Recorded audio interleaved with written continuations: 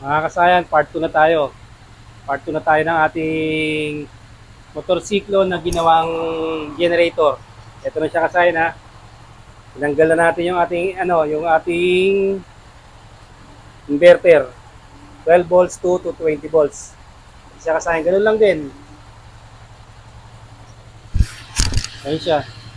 Positive at negative. Ito yung parang magiging natin. Yung positive at negative.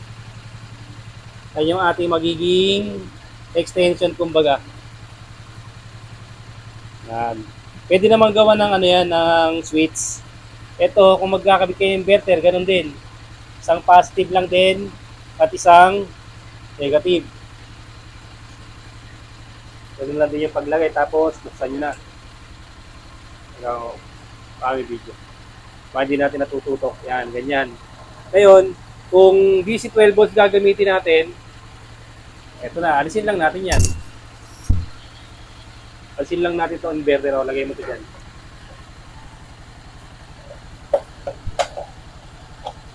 Ngayon, ang ikakarga natin, puro DC 12 volts. Kaya naka-charge tayo ng isang cellphone ha. Kasi isa lang yung saksakan natin. Tapos ito, kanina pa siya tumatakbo. Bali, ang nakakabit sa atin ngayon, 3 ilaw na ba?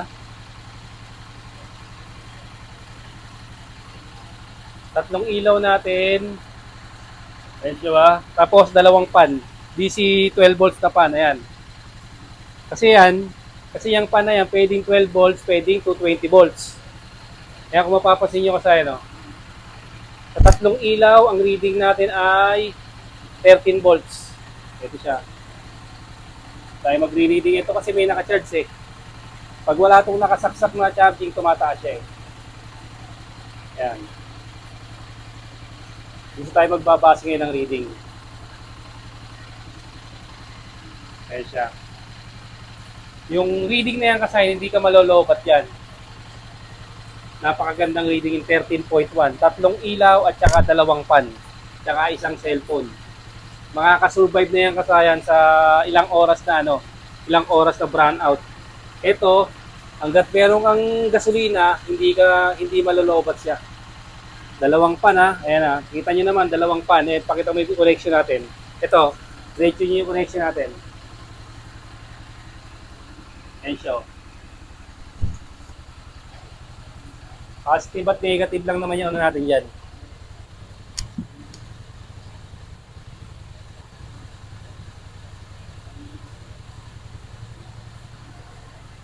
Yan.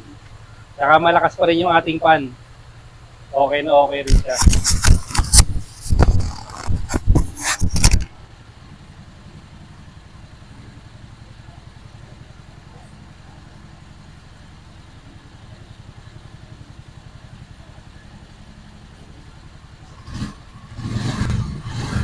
Tapos pagka magkakarga tayo pa sa inyo, pag gusto natin siyang kargahan, mabilis na siya magkarga. Kasi magaan lang yung load niya, puro 12 volts lang tayo. Hindi mabigat oh. Kaya pag medyo nagtaas tayo ng minor, diba, medyo gusto natin palakasin, ito siya oh. Diba, dagdag tayo ng konti. Yan. Angat kagad yung natin.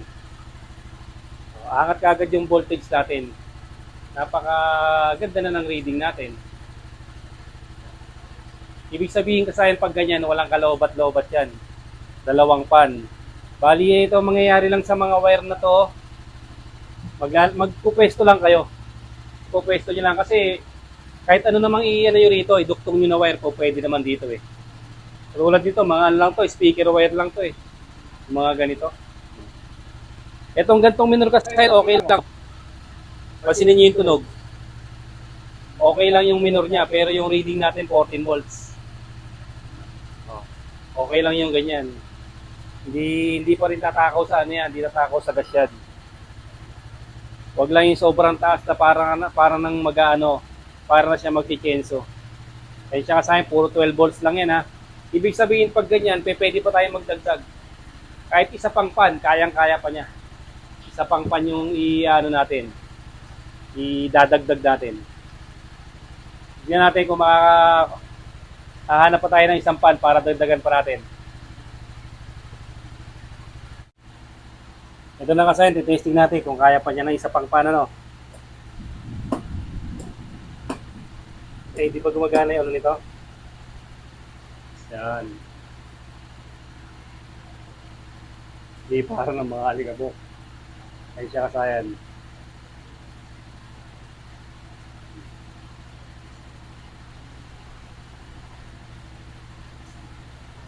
Reading, pakita ko sa kanila yung reading.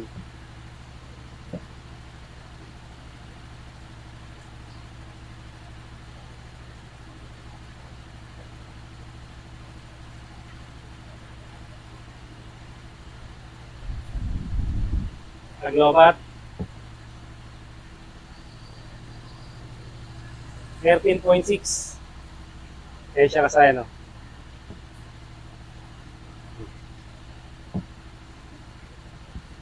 Oh, mamatay.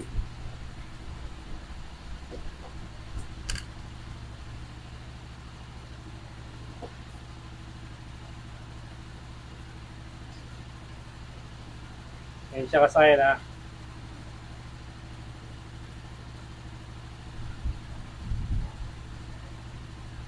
Bali tatlo na yan na natin. Isipan natin. Okay pa rin yung ano yan. Kasi 12 volts lang siya eh. Kasi kayang-kaya pang supplyan. Tatlong ilaw, tatlong pankasayan, makakalayo na yan. Tatlong kwarto na yung pwede yung ilawan at tatlong kwarto na yung pwede yung pahanginan. Ganoon lang kasayan yung pag ano, yung pag ano nyo ng ano na style generator. Pero meron pang mas magandang diskarte diyan. Kailangan dadaan sa relay itong mga ano na to. Itong mga pan na to, nakarekta lang tayo sa battery, wa. Kung dadaan yan sa ano, kung dadaan to sa relay, itong mga to, mas magiging maganda yan. Mas magiging mas malakas siya, hindi siya magagawa ng ano. Kasi ninyo kasi nagagawan siya. Kasi wala siyang relay na nakalagay. Kaya pag mapapansin nyo, pag nagpatay tayo ng isa, magpapatay tayo ng pan, lalakas yung ilaw natin. Yan siya kasayan. Pag binuksan natin, lalabo yung ilaw natin, ha. Ayan. Tatlong pan yan, ha. O. Pansin nyo, ibig sabihin, nag-aagawan sila ng kuryente kasi wala silang relay. Pwede nating lagyan ng relay yan para stable, mas maliwanag yung mga ilaw natin kung naka-relay yan. Tapos, pag naka-relay na siya, pwede tayong magtaas na ng amperahe. Pwede natin pataasin yung amperahe niya kasi matataas na yung ano natin gagamitin natin. Tatlong pan, tsaka tatlong ilaw. Pero yung magiging lakas niya, stable yung kasayan. Ganito yun, no? Halimbawa yan, magpapatay pa ulit tayo ng isang pan, mas liliwanag na naman siya.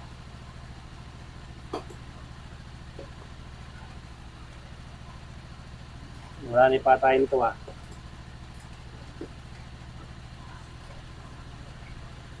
Eh siya kasayan, ha. Ayan. O, pag nagpatay na naman tayo, ha. O. Ito. Bawasan natin. Mas liliwanag na naman siya. O, ayan. Ngayon, pagka nagpatay pa ulit tayo, mas liliwanag na naman siya. Ayan, tutok. Okay, siya kasayan. Kasi wala siyang relay. Ibig sabihin, kayang-kaya pa natin palakasin yan para stable yung takbo. Pero sa pagiging lobat, pansinin nyo kasayan, no? Wala na. Wala nang kalobat-lobat. 14.8 yung tatlong ilaw sa pangpan. Yan. Dalawang pan, tatlong ilaw, wala nang kalobat-lobat yung kasayan. Set up pa naman natin sa susunod kasayan ng relay. Ipapakita ko sa inyo para hindi sila mag-aagawan ng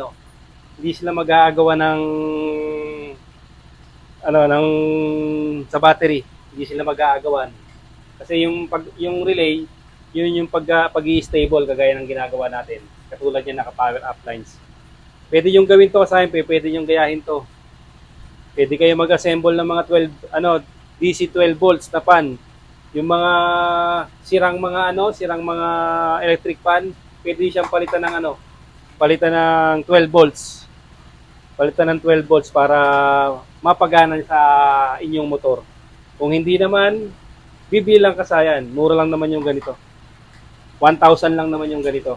Tapos, 200 to. Pagka ito 220. Bali 1 to, okay na. May kasama na siyang ganito. Sana'y nakatulong to sa mga kasayan natin na madalas ang brand out. At saka yung mga nasa liblib, hindi maarawan, hindi sila makapag-solar kasi hindi naaarawan yung lugar nila. Hanggang dito na lang mga kasayan. Salamat sa panunod.